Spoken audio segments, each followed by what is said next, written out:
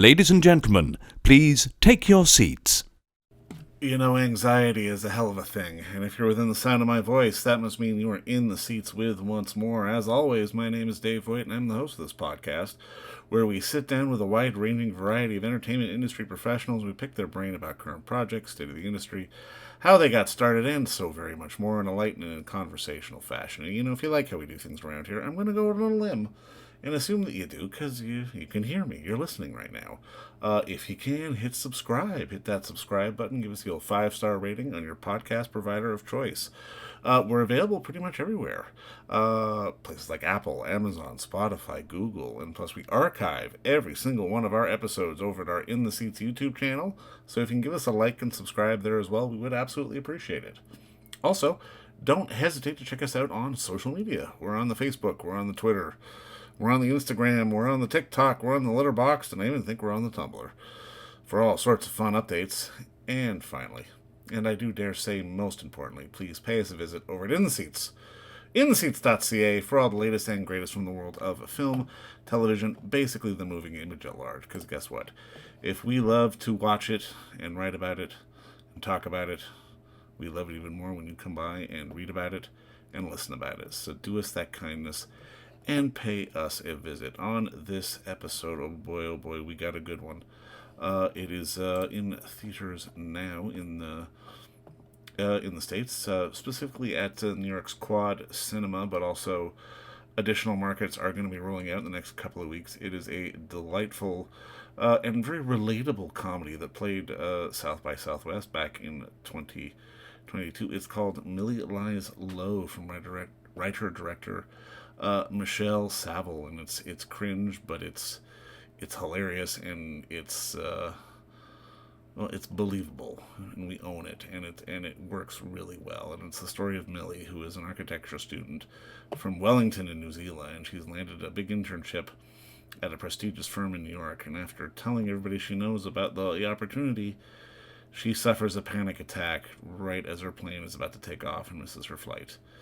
But in a desperate pivot, she decides she has to save face, and hides and basically in plain sight around Wellington with her suitcase in tow, using Instagram and the ever increasing power of denial to depict this trip to New York that she's on and is going fantastic, but never actually happened.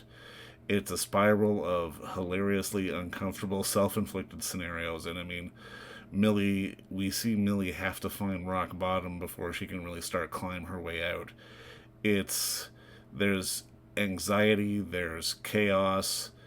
There's a little sadness too, just because it is dealing with it is tackling a mental health issue head on, but it's very, very relatable, and it's probably one of the better comedies that we've seen in quite some time. And like I said, we had the unique pleasure of sitting down and talking with writer-director Michelle Savill about it all, and just sort of the origins of the story, and finding Millie, and just really giving us something that is fantastic. Anna Scotney plays Millie, and she gives a great performance. And I mean, definitely this is going to be coming out party for her in so many ways. But if you're in New York, go see Millie Lies Low and check it out when it rolls out to various markets in the next couple of weeks. I know it's going to Santa Monica, Seattle, Columbus, Ohio, a few other places. But first, enjoy our talk with Michelle, because between you and me, it's a darn good one. Well, just to kick this off, I mean, first off, just congrats on the film, and I mean, thank you so much for the time today. I really appreciate this. No, I appreciate your time and interest. Now, I mean, I guess my first question is, walk me through the origin of this story and wanting to tell it. Well, the kernel for the film came from me missing a flight to a festival in France with a short film I'd made called Ellen is Leaving, and the New Zealand Film Commission were paying for me to go, and I missed the flight, which was not like me at all. And then I kind of just had this awful, I had, counter attendant, it's another $3,000. I couldn't afford that. Kind of had a hideous night of not knowing what to do and not telling anyone that I hadn't got on the flight. Thankfully, I never ended up hiding, but one of my thoughts was like, what if I hid for 3 weeks and just pretended that I was in France?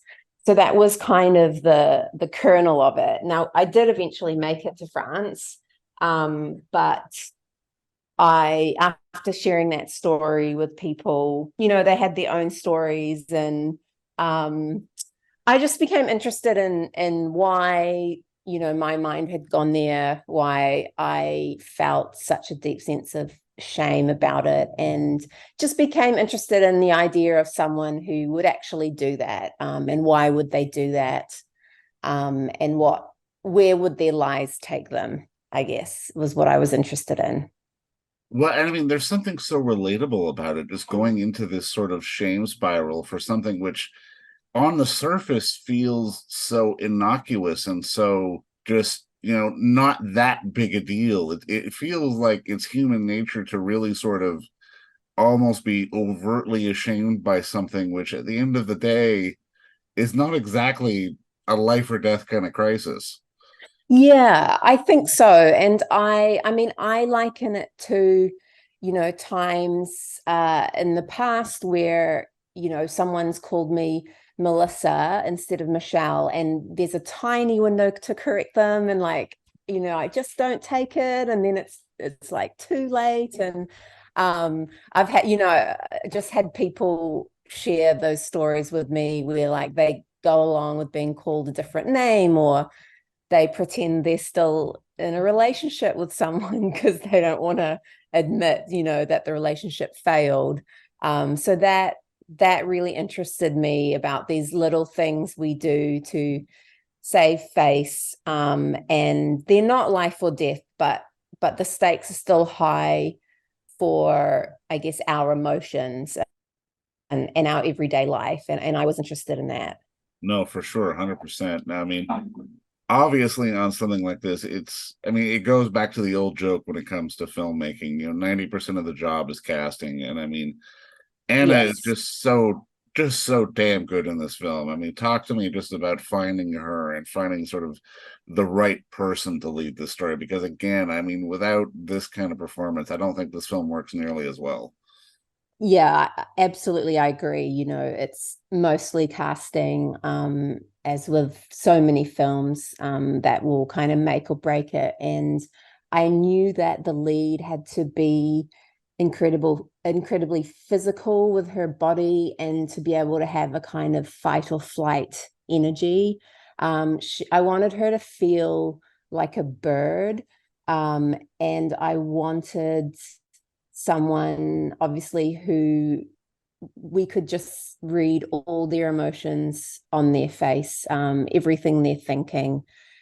So that's what I was looking for. And I'd met Anna a few years before we cast her. She was at drama school in the city that I was living in, and that it was shot in Wellington. And I'd seen her in a few of the drama school productions, and I'd met her a couple of times, and she just had, I guess, an aura about her that I loved, and I could, seeing her in the plays, like she was just excellent.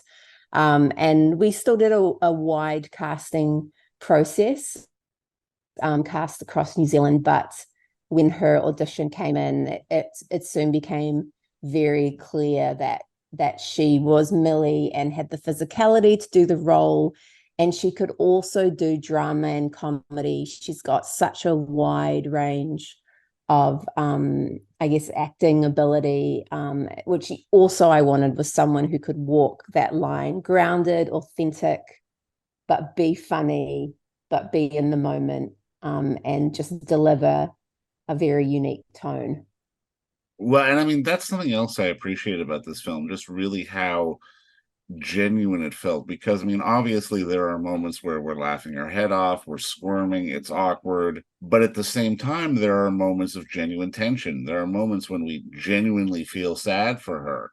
Like, how difficult was it to, I mean, I guess like you said, sort of find the right moment at the right time? Because again, this isn't a film that's sort of hitting audiences over the head with any sort of like broad comedic beats or any broad Mm. dramatic like beats. It's really sort of playing out in this very kinetic and frenetic sort of emotional moment that she's sort of existing in for these weeks. Yeah, so it could very easily have skewed into a broad comedy kind of tone, but I always wanted it to feel very, very grounded and authentic. So everything, I guess, every scene we did, we had to, I guess, find the truth in it for ourselves. Like, what was my personal connection to this? And, and Anna found her own way in through her own life, and situations and experiences. So we just we worked a lot on character and did a lot of work in just grounding her and always taking her seriously. We never wanted, well, we wanted the audience to, I guess, laugh at some of the things she does. We always wanted them to be rooting for her at the same time. So it just, yeah, we just did a lot of work in rehearsals to find the right energy. And then I of course worked a lot with cinematographer Andrew Stroud and kind of shooting it in a very authentic way so that the audience would feel close with the character. I wanted them to feel like they were along the ride with her rather than being kind of removed watching her. So it's just a lot of different things that needed to come together to make it, yeah, I guess, walk more human tone. Well, and I mean, it leans into sort of something that I feel is so important, especially these days as we're more cognizant of issues around mental health, because I mean, we've all been so conditioned throughout our entire lives to sort of bottle it up and keep it inside, whereas the reality is it's okay to not be okay all the time because we all have those moments. Was that Yeah, something for you to put that out there? yeah, that's absolutely right. Like I definitely think, I mean, that was definitely something from my own life that I put in the film of like being in my 20s and especially young 20s and feeling like I had to present a very particular way to the world, but really I was depressed. I was having, panic attacks. I didn't know what I was doing with my life. I didn't know who I was. But I just felt like I couldn't tell anyone. But yeah, I think that was something that I just wanted to put in, that we all make mistakes, we all muck up, and that's okay. And like it's okay to fail, I guess, is kind of a very broad messaging that I wanted to put in there. For sure. For sure. No, I mean, I'm curious because I mean, obviously you've had the opportunity to work not just on your own stuff, but I mean even work on bigger shoots, sort of in casting departments and in various roles. When it comes to ultimately deciding to sort of do your own stuff, how important is it to have experience sort of in different roles of what it means to make some of these projects? Because I mean, again, at the end of the day, whether you're making a short or if you're making sort of a big Jane Campion film, it takes a village. Whether it's a Yeah, small village or a big village, it always yeah, takes a village to get something like this done, period. yeah, yeah, that's right. I mean, I think doing as many different jobs as you can on, not just on like film sets, but I guess in, what air quotes, the real world, just helps all feed into how you're going to be as a director, if that's ultimately what you want to do. Understanding all different aspects of film is so important. So yeah, if you have the opportunity to work different roles, while moving towards that goal of directing, then it's no bad thing to get that experience so you can understand where everyone's coming from. Now, I mean, I'm curious because this was your first feature. Is there anything you wish you had known at the beginning of the process that you learned by the end of the process? Hmm. Probably. I mean, I'm just having a little think. That's a really good question. I know that there will be, but my mind's just gone blank right now. Well, it's just one of those things where, like, theoretically, you can bang out a short, at least shooting wise, in like a weekend if you had to. Yeah, But when it yeah. comes to something like a feature, like you're spending weeks, if not months, getting it all together. Yeah, I think it's important. There's definitely times when I made assumptions about uh what people would be doing or getting, in terms of their role or to help make the film.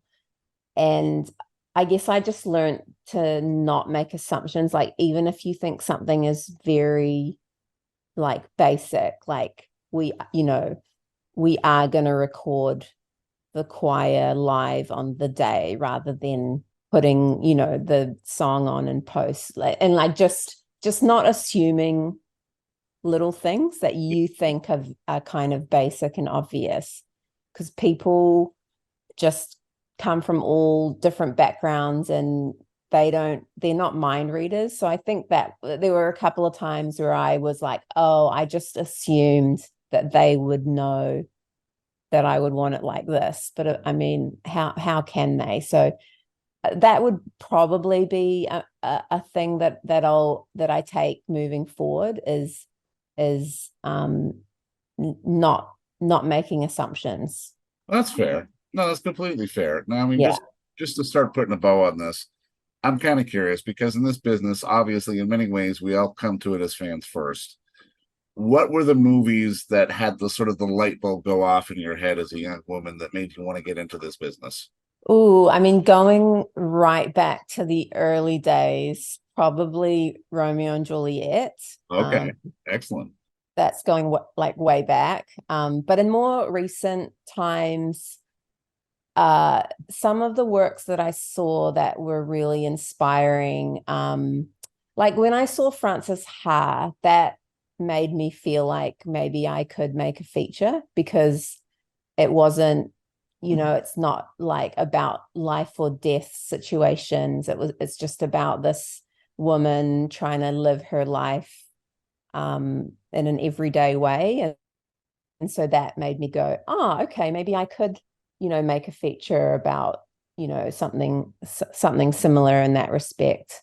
So definitely, Greta Gerwig, Lynn Ramsey. Like, I remember watching Ratcatcher and just Yeah. thinking, wow, that is a perfect film. How the heck did she do that? Morven Keller as well.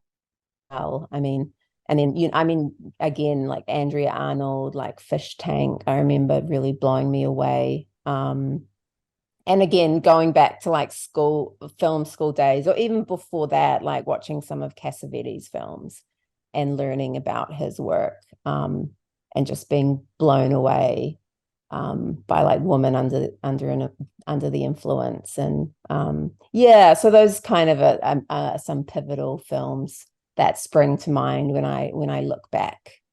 Well, I love that you brought all those up because I mean they all have these really sort of unique and really sort of distinct female characters. And I mean, Mhm. Millie is obviously one of those. And I mean, this was such an enjoyable film to watch because I mean, again, it was hilarious, it was awkward, you were squirming, but it was genuine. And I mean, you could feel that coming through on the screen. And I mean, I absolutely loved it. And I, honest to God, I can't wait for more people to see this. But I mean, Michelle, or Melissa, depending on which way, we call you. Hey, thanks Uh, but, to years of therapy, I now will correct people and say, no, my name's Michelle. but Michelle, honestly, this is a fantastic piece of work. And really, thank you so much for the time today. I really appreciate it. No, it was a pleasure. Thank you. And don't forget to visit our friends over at Bay Street Video for all your DVD, Blu-ray rental, or purchasing needs this summer, as they are still open for curbside and some mailing delivery as well.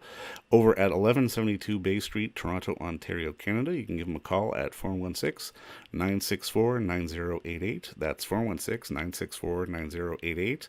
Or send them an email at baystreetvideoto@gmail.com for any of your DVD and and Blu ray needs.